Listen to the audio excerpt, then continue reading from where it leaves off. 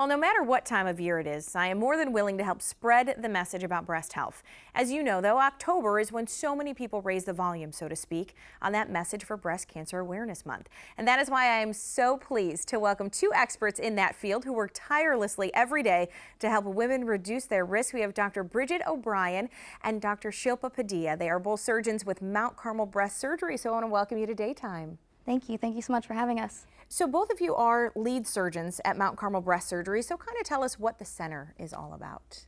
We have a nationally accredited breast cancer center. We really pride ourselves in treating the patient, making them come first, and working together with the other specialists in breast cancer care to provide the most excellent and up-to-date care for those patients. Yeah, as we know, it takes a team, so it's good to know that you have a great one behind you. So Dr. Padilla, there's such an emphasis on early detection, as we all know, against breast cancer. So what do women really need to know? What do they need to do to make early detection possible? It's really important to remember what the national standards are. Recently, it's been in the news that there's been some controversy over when women should start their mammograms. And what's really important to remember through all of that is the national standards have not changed, despite what some people and somewhat medical groups have come up with. And so it's still recommended by national standards that women starting at the age of 40 get yearly mammograms. We also recommend and want women to be self-aware. What that means is you know yourself better than anybody. It doesn't matter if you get examinations, those are really important, but knowing yourself is just as important. Sure. So if something were ever to come up that just seemed abnormal to you, that's really important to get questioned. Ask your doctor, hey, what's going on? Is there something here? Because it feels abnormal to you. Right. It's always best to, I was 27, felt a lump on my own and went in, right. No family risk or anything. So you always have to be your own advocate. Exactly right. People. Yes. So, okay, Dr. O'Brien, are there some women who may require more than just that annual mammogram? Yes, there are some women that we consider to be at high risk for breast cancer. It is important for a woman to know their family history, not just their mother's, but their father's family history as well, and provide that information to their doctor. If they have a family history with breast cancer, ovarian cancer, or even some other certain kinds of cancers, particularly at younger ages, less than age 50, it is important to start screening those women earlier if they qualify for MRIs and mammograms, and then provide genetic counseling and testing for them if they qualify. Okay, all important stuff. Okay, Dr. Padilla, what are some of the ways that women can reduce their personal risk? Some tips. What's really important to know is the majority of breast cancers are fed by estrogen, meaning they eat estrogen and they grow based on that. So what women can do is how can we modify the amount of estrogen that is in our bodies, basically. There are things we can control and things we cannot, but one thing that's really important is excess body fat. We know that excess body fat makes estrogen. So even after menopause, when your ovaries have stopped working, that excess body fat increases the amount of circulating estrogens, which then increases your risk of breast cancer. So healthy diet and exercise are really important. We know that tobacco use and alcohol use are directly related as well. So decreasing those amounts in your life will also help.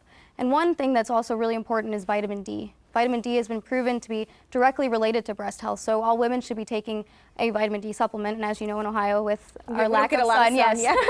It's even more important for these women. So what are some of the advancements? Because we know there are tremendous strides being made every day. Right, so breast cancer and breast cancer treatment is ever evolving, and the goal always in surgery is to remove the cancer, right? That's the #1 goal. But as research is happening, we're realizing that the #2 goal, which is very close behind #1, is ensuring that the woman feels normal again, is ensuring that cosmetic outcome.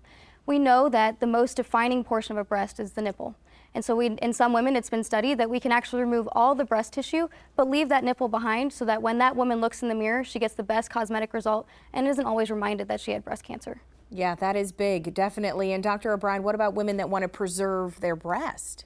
If they want to preserve their breast, we have new techniques such as hidden scar techniques where we no longer have to make the incision directly over the cancer in the middle of the breast. We can make it on the side, under the arm, underneath the breast, around the areola, so that it's very well hidden and not easily seen.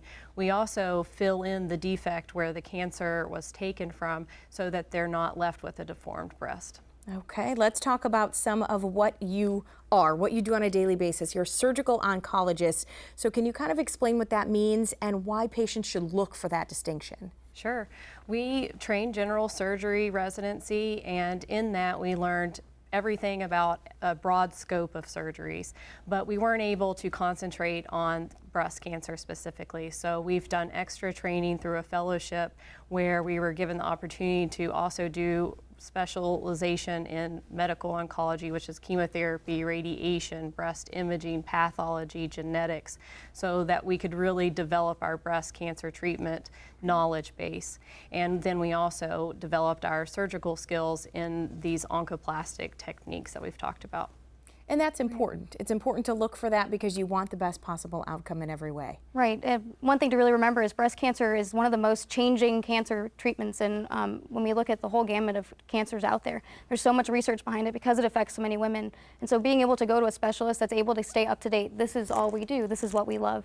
And so being able to go to someone who can stay up to date with all those treatments is really important to make sure that if you unfortunately get breast cancer, that you're getting the best treatment there is. All right, well, we want to thank you for what you do because you save lives every day. So thanks for being here and sharing that with us. Thank you. Thank you so much for having us.